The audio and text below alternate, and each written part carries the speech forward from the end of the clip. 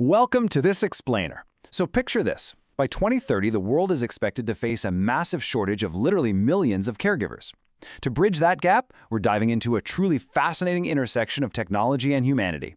Specifically, we're looking at artificial intelligence, senior aging, and palliative care in the year 2026. We're going to unpack some incredible insights drawn directly from recent research, including a deep dive from the All Seniors Foundation and a really comprehensive narrative review on AI in clinical communication. And I want to be clear right up front, this isn't just about microchips and algorithms. It's really about how these tools are fundamentally reshaping the way we care for our most vulnerable populations. It brings up a huge question right off the bat. Can a machine provide true companionship? That question immediately sparks these dystopian fears of cold robot caregivers replacing human warmth, right? It kind of sounds like science fiction. But today, we're going to explore how the reality in 2026 is actually a deeply human partnership. We're moving past the sci-fi fears to look at the actual data and the real-world applications. As you'll see, AI, when applied thoughtfully, isn't here to replace the human touch at all. It's actually here to amplify it. Let's dive right into our first topic, AI companions in 2026, and what the modern care landscape actually looks like today. Rather than one single monolithic robot taking over, AI companions actually come in various forms designed to meet seniors exactly where they already are. First up, we have robotic companions. These are physical devices that feature intuitive mobility and facial expression recognition. They can engage in all sorts of diverse activities, from simply reminding a senior to take their medication to seamlessly starting a video call with their grandkids. Second, there are virtual companion apps. These are brilliant because they leverage the smartphones and smart speakers that seniors already own, offering highly accessible conversational engagement. And third, we're seeing incredible advancements in emerging wearable devices. These are definitely not just step counters anymore. They're continuous health trackers equipped with conversational support and emergency alert functions that integrate seamlessly right into day-to-day life. Next, let's talk about daily support and monitoring, specifically looking at 24/7 assistance and caregiver relief. By tracking vital signs, managing medication schedules, and monitoring for emergencies, AI really handles the logistical heavy lifting. In 2026, these systems are equipped with sensors that can instantly recognize signs of distress, like falls or irregular vital signs, and automatically alert emergency services. But it goes way beyond just physical safety.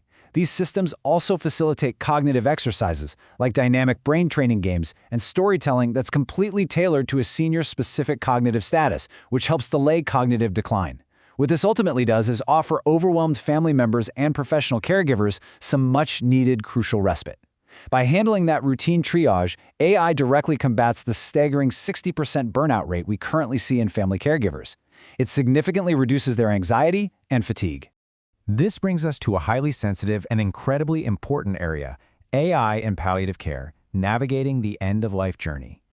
This workflow right here shows a truly remarkable clinical application. Step 1, AI processes vast amounts of clinical data. We're talking demographics, lab results, imaging, and genetics. Step 2, utilizing machine learning and deep learning, the AI actually predicts short-term mortality risks, identifying patients who are at a high risk of unexpected decline.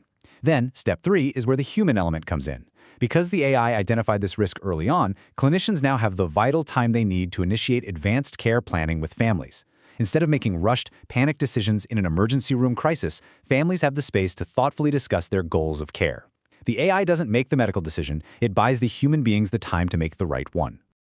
So how do we balance all this tech with human emotion? That's our next focus, the human-AI balance, viewed through the lens of Gene Watson's transpersonal care theory. Watson's theory emphasizes that nursing care fundamentally involves spiritual, cultural, and existential dimensions. And in end-of-life care, a profound concept that aligns with this is connectional silence. We're talking about those quiet, highly meaningful pauses in clinical conversations between a doctor or nurse and a patient facing a serious illness. These silences aren't empty, not at all. They hold immense emotional weight and are actually associated with improved quality of life and treatment decisions that are much better aligned with a patient's true preferences. This dynamic brilliantly illustrates the harmony we're aiming for. On the AI identification side, recent studies have developed an acoustical and lexical machine learning pipeline that can actually automatically identify and categorize these moments of connectional silence just by analyzing the audio of a clinical conversation.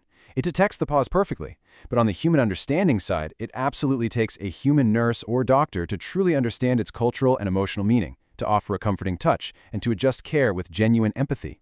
The technology can map the interaction, sure, but the human being provides the healing presence. Of course, as we adopt these tools, we have to look at the guardrails. Let's look at ethics, risks, and privacy, and the very real limitations of artificial empathy. This quote, drawn from recent medical reviews on serious illness communication, really hits the nail on the head. Tools like GPT-3 and other advanced language models use natural language processing to simulate human-like conversations. They might appear courageous in discussing sensitive topics, but as the research notes, they can often be naive or hasty. They use words in a formless manner, they don't convey genuine nonverbal communication, and they fundamentally lack true human judgment, intuition, and the ability to actually feel the emotional impact of a terminal diagnosis. At the end of the day, artificial empathy is still artificial. So the crucial point here is weighing these scales. On the benefit side, we gain excellent care coordination and symptom monitoring. AI can even ease the burden on inexperienced clinicians by suggesting phrasing for difficult conversations to boost their confidence. Plus, it offers that 24/7 virtual companionship. But look at the risks. We face massive data security and privacy concerns because these systems are processing highly sensitive health data. There's the persistent threat of algorithmic bias and inequality in access. We have to make sure this technology isn't just a luxury for the wealthy. And as we just discussed, there's the absolute lack of true human empathy. We have to rigorously manage this implementation to protect autonomy while maximizing those real benefits. Which leads us to our final core theme: empowering, not replacing caregivers, freeing up humans to be more human. Ultimately, the goal here isn't substitution, it's empowerment. By taking over routine triage, medication tracking, and complex data processing, AI gives doctors, nurses, and family members their most precious resource back: time.